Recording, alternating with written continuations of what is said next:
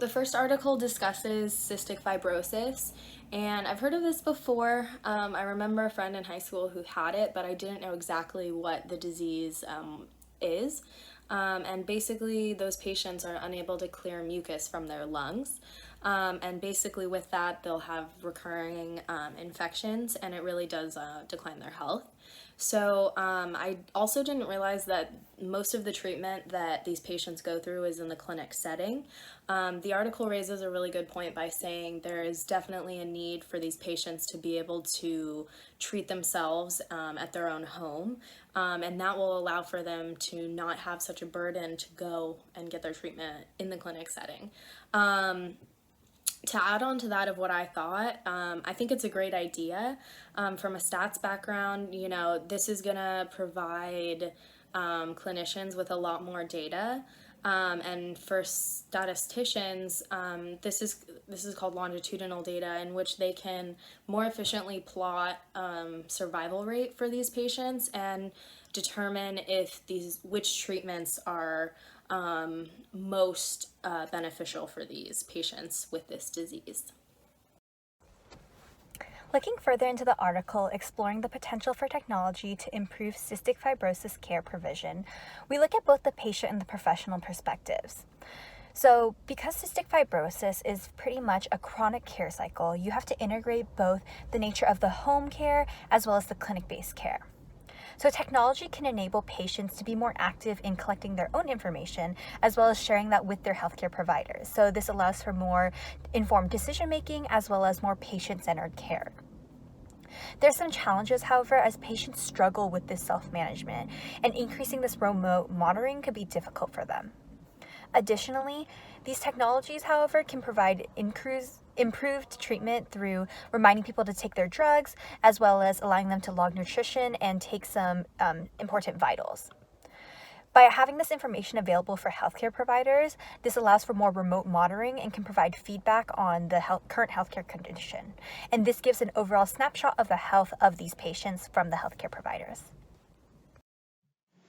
In conclusion, this study provides an example of the benefits and drawbacks that come from integrating technology into the medical treatment of chronic conditions. While the effects in this case are clear, it cannot be assumed that these same results are true of all chronic medical conditions, as this study focused purely on the treatment of cystic fibrosis. The remote monitoring technologies analyzed in this report show that the primary benefit they can give to patients is to reduce unnecessary hospital visits, therefore lessening the strain on patients and the resources of medical staff. Encouraging this trend could help distribute the burden of personal health care more evenly among patients and doctors, increasing overall public health and reserving medical resources for more dire needs.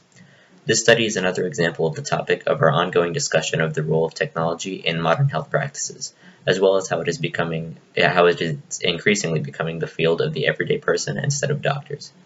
As we continue to chart this course as a society, it becomes increasingly important to pay attention to all of the effects it could have on us, both good and bad. Recent advances in information and communication technology have made telehealth both flexible and affordable. The possibility of widely distributing medical information to individuals, both practitioners and patients, using mobile technology is extremely promising. The possibilities are vast and encouraging, even though a thorough understanding of how this program should work is still years away. Psychiatry, neurology, and many other disciplines are ripe for decentralization employing telehealth practices. There are already several vendors providing remote care in fields of dermatology, mental health, heart attack, and stroke care. Hospitals themselves are also looking to get into the act, leading to a volatile and competitive market. The continued growth of wireless communication technology will doubtless help bring telehealth to maturity and limitless possibility in the years to come.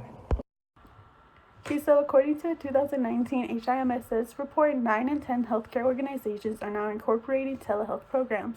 From the survey, it was found that 55% offer remote sick visits and 49% offer wellness visits via telehealth. Additionally, most organizations are able to efficiently manage patient portals, but fewer offer face-to-face video communications platforms, and even less offer text-based communication platforms. Another complication that may arise is that only about 53% of these are able to store high volumes of data.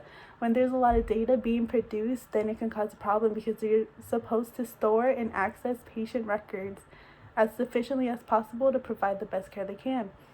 And another limitation is that these organizations have acknowledged that patients still prefer face-to-face interaction. Yet face-to-face is still easier for those without access to devices that allow them to connect to doctors. And it's an issue in a lot of marginalized communities where the digital divide doesn't offer them the same resources that other families have access to.